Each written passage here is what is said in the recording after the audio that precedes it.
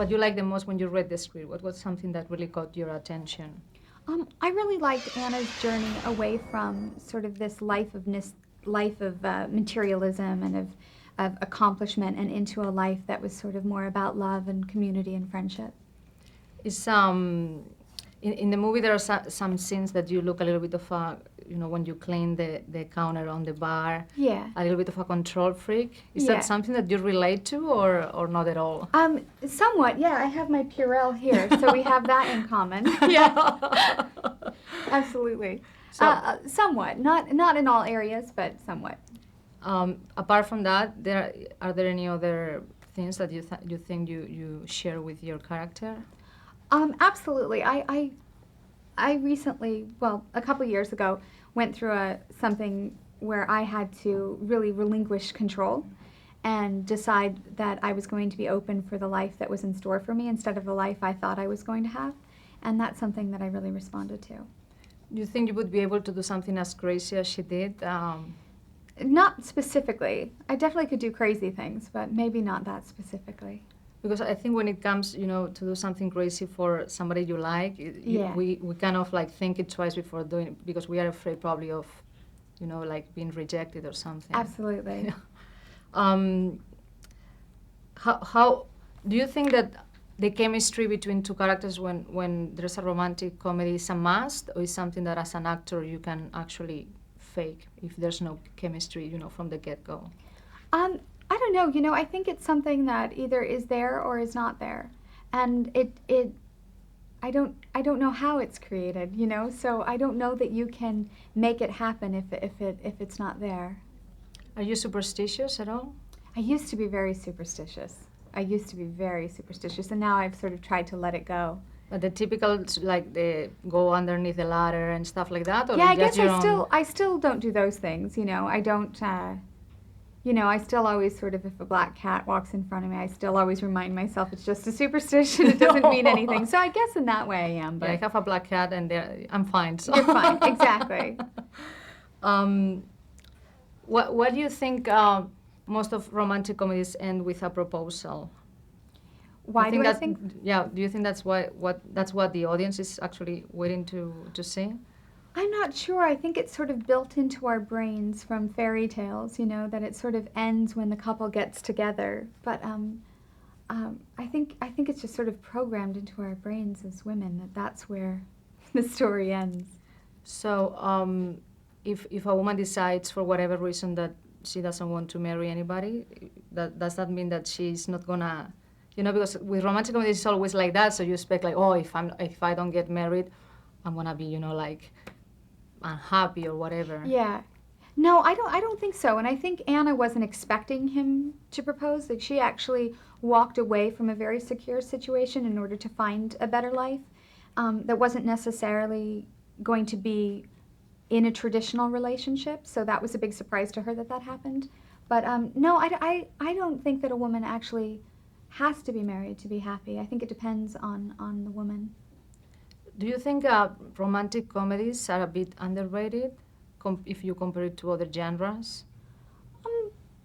I'm not sure. I think that I think people really enjoy them. It's I think that there's been so many evolutions of romantic comedies over the years, so I think we're sort of waiting for a new evolution of romantic comedy, and I'm hoping that Leap Year is moving in the direction which is sort of a throwback and kind of a little bit more old-fashioned, a little more innocent, not very graphic, just good fun.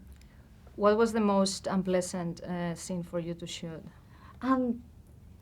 Probably the laying in the mud. That was very cold. It was very dirty and very cold. Did you guys have to do a lot of takes on that? Yes. Really? Yes. Wow. Yeah. And then once I was in the mud, you had to be muddy for so many scenes after that. So there was a lot of mud. Did you actually go yourself to see romantic comedies? Is one of your favorite genres to go see at the theater? I do see romantic comedies. I go with my girlfriends and with my sisters. Can you name a couple of your favorite ones? I tend to really love some of the old school ones. I love, the When Harry Met Sally is probably my favorite, and then I love some of the newer ones. Knocked Up is fun, but it's such a they're all so different, and that's what's fun is I don't think there's any one type of romantic comedy. Could you explain a little bit how was the director with you guys? What kind of director he is? What's the atmosphere on set and stuff? Absolutely. He was someone who really understood that although we wanted to make it fun and funny, we also wanted it to have a lot of heart. So he always let us really take it to maybe a more dramatic level than in typical romantic comedies, but at the same time encouraged us to have a lot of fun and freedom. Do you think that as an actor there are some genres that are more like easier to do than others, so it's always the same? I think it's probably different for different actors, and every film poses a new challenge. I think it's just dependent on the experience of making the film. I read that you come from a Mormon family. I was raised Mormon, yeah, up until about 12. Did your parents, when you decided to become an actress, did they support you? Did they? Absolutely. Oh, really? Yeah, they did. What did they think? I mean, they have to be like super, happy with you, with your career now. Yeah, they're very supportive. Did you ever get discouraged when you were at the beginning, when you probably saw that it wasn't as easy as you thought it would be? I never thought it would be easy. That's for sure. Because I was a dancer, so I had worked in theater. But yeah, there were times where I got discouraged. Absolutely. Did you ever have a mentor that helped you out to make things easier? I've had a lot of mentors along the way that have been helpful when I needed them to be helpful. Yeah, there was when I was shooting Junebug, Embeth Davids and Celia Weston were such great mentors for me during that film. And what do you think is the best advice that anybody has told you for your career? It's not necessarily anything anyone has said. It's more the example that they've put in front of me. Meryl Streep, for example, she's always just really stayed true to herself and true to the work and not gotten caught up in sort of an image. And that's been something that I've really tried to pay attention to. And what would you say is the best quality of Michael as an actor? As Matthew? Yeah, Matthew, sorry. Oh, that's all right. Michael. I think it's his ability to be like supremely masculine and yet have something really really soft in there. I think that's a great ability as a male actor. Is that something that you would look in a regular man too? Yeah, absolutely. I like someone who's masculine, but I don't like sort of a lot of bravado.